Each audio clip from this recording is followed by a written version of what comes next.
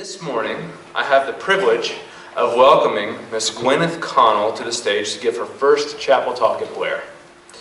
Miss Connell is new to Blair this year. She's the Dean of Teaching and Learning and teaches English here as well. Before she came to Blair, Miss Connell taught at the Millbrook School, Packer Collegiate Institute, and the Berkshire School. She holds degrees from both Amherst College and the Teachers College at Columbia University. Of course, I do feel a certain responsibility to you to note that Miss Connell is additionally a graduate of Petty. But I ask you don't hold that against her too much this morning. I'm fairly confident in her newfound Blair loyalties. That is to say, I think she's on our team now.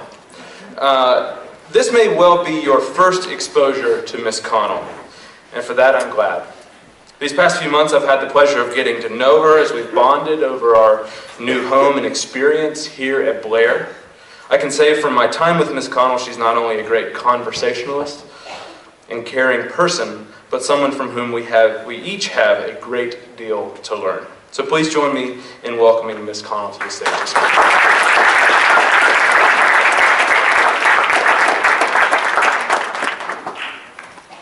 morning. Good morning. Morning.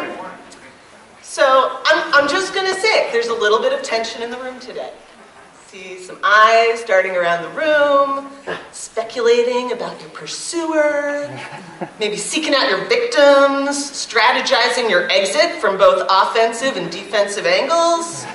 So I want to start by just going ahead and giving a few seconds to that. All right, go ahead. Make some eye contact. Make it nice and creepy. And on a totally unrelated note, can I please see UHE do immediately after chapel right outside Armstrong? Perfect. Thanks. That'd be great. So, as Mr. Powell mentioned, I only arrived at Blair in July, and in the time since, I've had the chance to meet a lot of you in a number of different contexts. We've crossed paths in the classroom, at skeptics and headmasters' roundtables, in the choral room, on the rec ski bus. All these choices that we've made about where to spend our time tell us something about what we have in common and provide a foundation for every one of those relationships. But for many of you, this is my very first chance to introduce myself, which makes me particularly uncomfortable because I'm going to focus my talk today on a part of my identity that I didn't choose, that we don't all share in common, and that I'm only just beginning to understand. I'm white. Secret's out. I'm a white person living in a country that affords me certain privileges because I am white. And what I want to talk about today is how I started to get okay with being white and all that comes along with it by embarking on a journey toward becoming a better ally. I can already see some uncomfortable faces in the room, and while it may be because you just made some super weird eye contact with your purge victim, I'm guessing it's because you were wondering if this is going to be another lecture about social justice, where you end up stewing in your own guilt because of stuff you can't control. Maybe you're white too.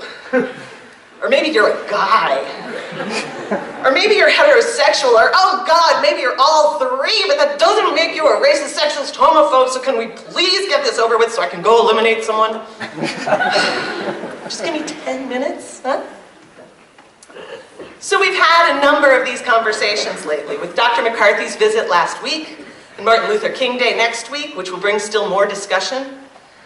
I don't know about you, man, but in these moments, I find it much, much easier to think about issues of justice and equity by thinking about the ways in which I myself have experienced discrimination. It would be way less awkward to stand here and talk about the times when I've encountered sexism in my life, where the mere fact of being a woman has been an obstacle I had to overcome, than to admit to all the ways that my path has been smoothed by the color of my skin. A quick story. I lived in Brooklyn for about 4 years in my late 20s and early 30s. I had some great friends at the school where I taught, And we spent a lot of time together eating nachos and burgers after work, because when you're in New York City in your late 20s and early 30s, nobody cooks at home. So when it was time to go home, we'd all head out to the street, and my friend Katie and I would hail taxis to take Rashad and Eric back to their homes uptown. Why did we do that? Well, in spite of all we had in common, our profession, our educational background, our socioeconomic class, and most importantly, our friendship, Katie and I are white women, and Rashad and Eric are men of color. And in parts of New York City, among other places, it can be really difficult for people of color to get a cab. So Katie and I got them cabs, and that's how we fixed racism in America! Yay! You're welcome! Just kidding. Actually, this is sort of a small potatoes story, right? Snagging a taxi for a friend, doing them that favor, that could easily not be about race or privilege at all, couldn't it? The first time, that's actually probably how I saw it. Only in hindsight do I realize that this nothing story illustrates the 4 things we have to do when we are in a position of privilege in order to be not just good friends, but good allies to those who are not. We have to open up, believe, inquire, and act. I'm going to give those to you again. Open up, believe, inquire, act.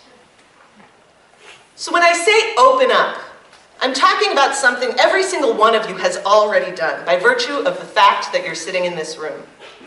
When I say open up, I'm talking about seeking opportunities to connect with people whose experience is somehow different from your own. We are so lucky to have such an insanely huge range of people here at Blair, and lots of opportunities to share stories about our experiences. So often, it's our similarities that bring us together, right? Rashad, Eric, Katie, and I had tons in common. We were all ambitious young educators taking on new leadership roles in our school. Eric and I had gone through the same graduate school program. We had similarly dark senses of humor. And of course, the great unifier, we all loved nachos. Those commonalities provided the shared language of our friendship, the things we barely even needed to say out loud in order to understand. What made those friendships extraordinary, though, were the moments when we opened up about those parts of our experience that were not the same, when those relationships provided us with windows into worlds we could never experience firsthand. In short, hanging out over nachos is how I learned that in parts of New York City, among other places, it can be really difficult for people of color to get a cab. I learned that the ease with which I could flag a taxi down had nothing to do with my exemplary hailing technique, and everything to do with snap judgments and assumptions based on visible characteristics. Assumptions that this white lady would be polite, that I would be traveling to an affluent area where a cab could easily pick up another fare, whereas my African American and Latino friends might be assumed not to have enough money or to be traveling somewhere where taxis are less in demand.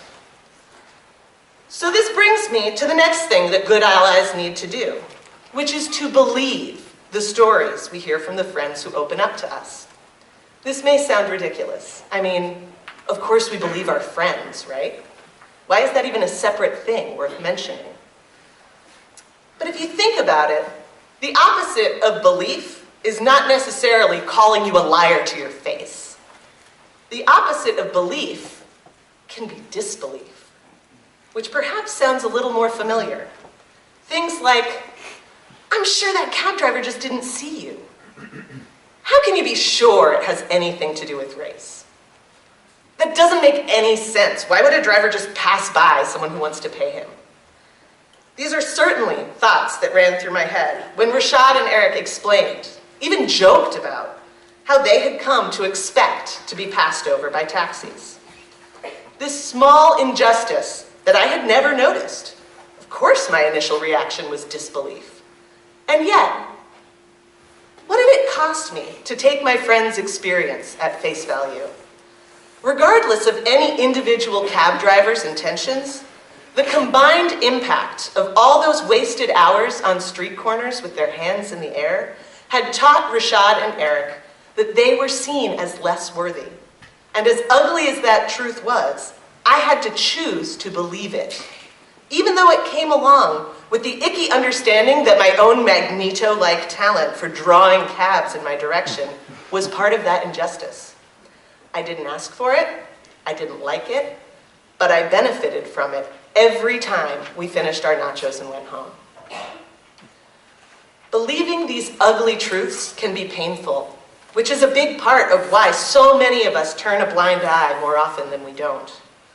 When the problems are so big, so systemic, when they go beyond individual people being deliberately mean to other individual people, what can one little person do? I don't know enough. I'm not even a cab driver. I'm serious. Part of me wanted to quit my job, get a cab, and drive around the city picking up people of color. Can't you see it? Gwyneth's downtown Brooklyn taxi cab of justice. The question of wanting to know how to fix the problem brings us to the next thing an ally needs to do, which is to inquire. This can be a scary part, because asking questions means admitting what you don't know.